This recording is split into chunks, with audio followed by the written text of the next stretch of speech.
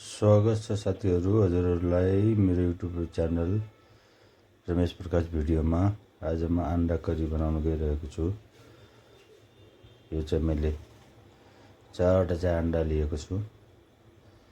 यसमा चाहिँ यसलाई उबाल्न राखिरहेको छु।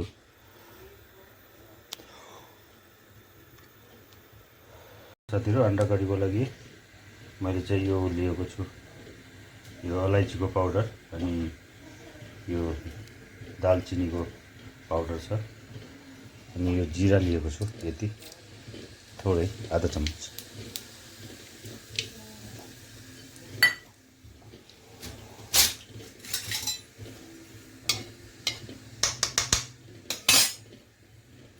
यो चाहिँ पाउडर अलैँची र दालचिनीको पाउडरलाई हल्का लाल गर्ने।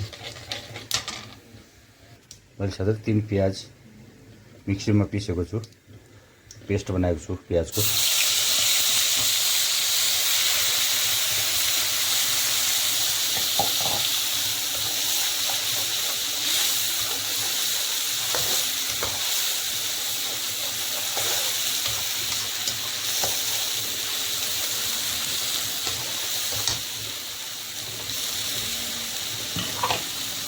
हल्का बनाउनु हुँदैछ, पकाउनु पर्छ त्यसलाई चाहिँ।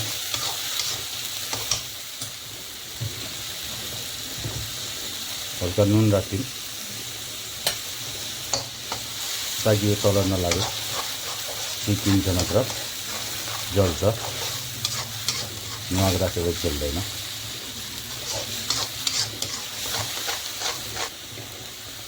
अन्डा चाहिँ यहाँ उब्लिराखेको छ, यो चाहिँ हुनेवाला छ अन्डा।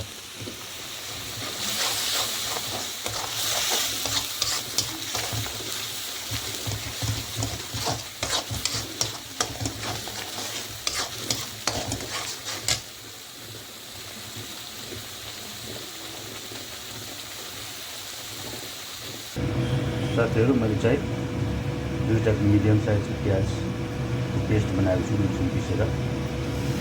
यो चाहिँ प्याज हल्का ब्राउन हुँदैछ।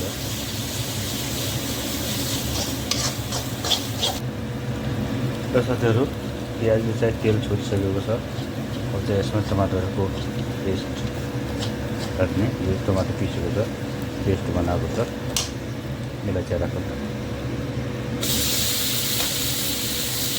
मिडियम साइजको 2टा टमाटर।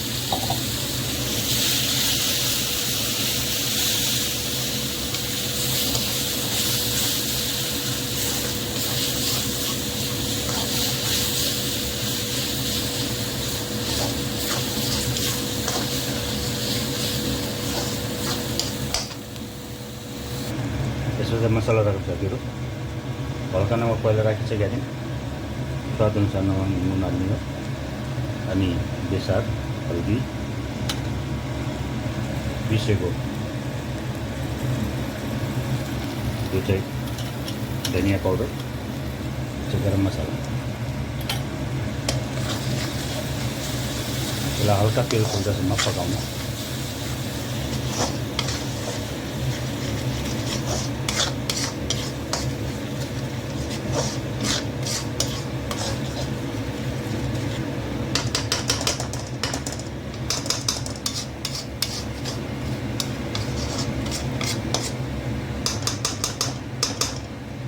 दुई 3 मिनटसम्म हल्का आँचमा ढाकेर पकाउनु साथीहरू।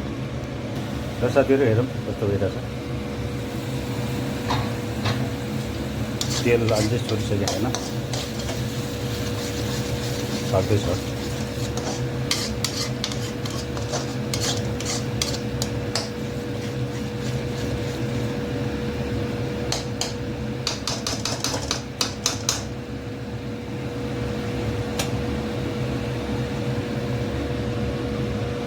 र साथीहरू, हेरौँ कस्तो भइरहेछ।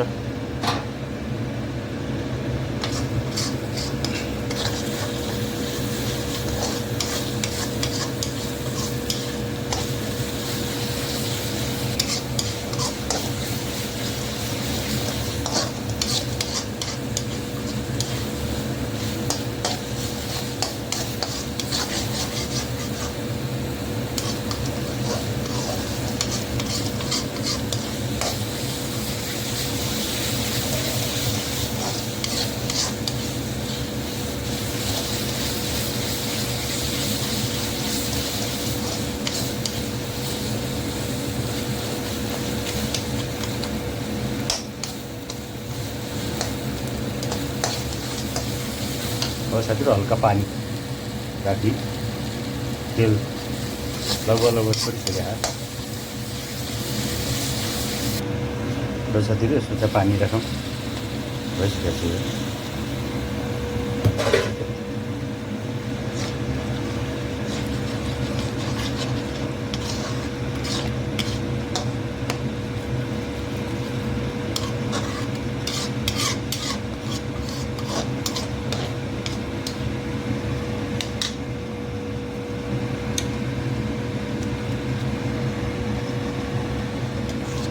धेरै चाहिँ तरी बनाउने होइन साथीहरू यो चाहिँ हल्का पाक्न दिने हो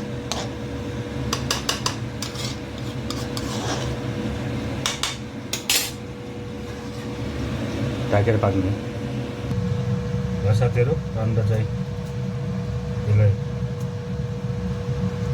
यसको बोकेर फालौँ अन्डाको खोल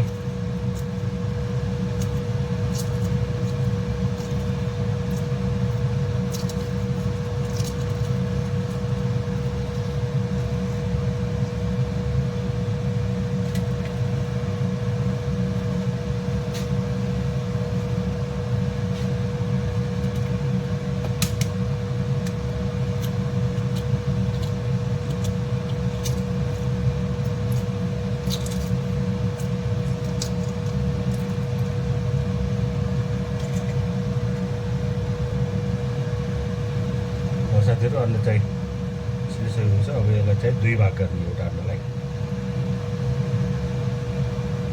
यसरी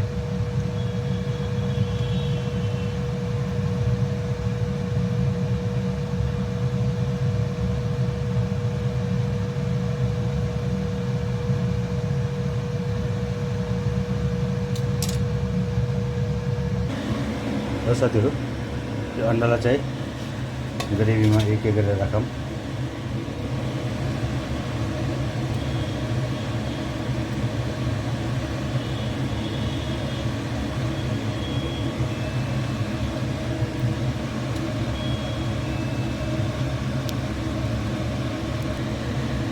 राखियो साथीहरू यसलाई हल्का आँचमा 5 मिनटसम्म पाक्नु दिने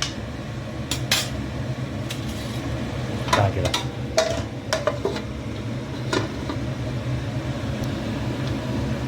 ल साथीहरू यक्करी रेडी भइसकेको छ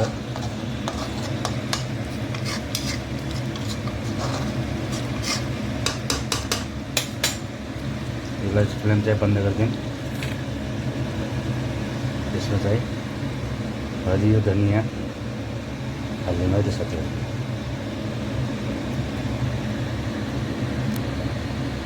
ल साथीहरू थ्याङ्क यू त्यसरी बनाएर खानुहोला हेर्नुहोला सपोर्ट गरिदिनु होला लाइक सब्सक्राइब धन्यवाद।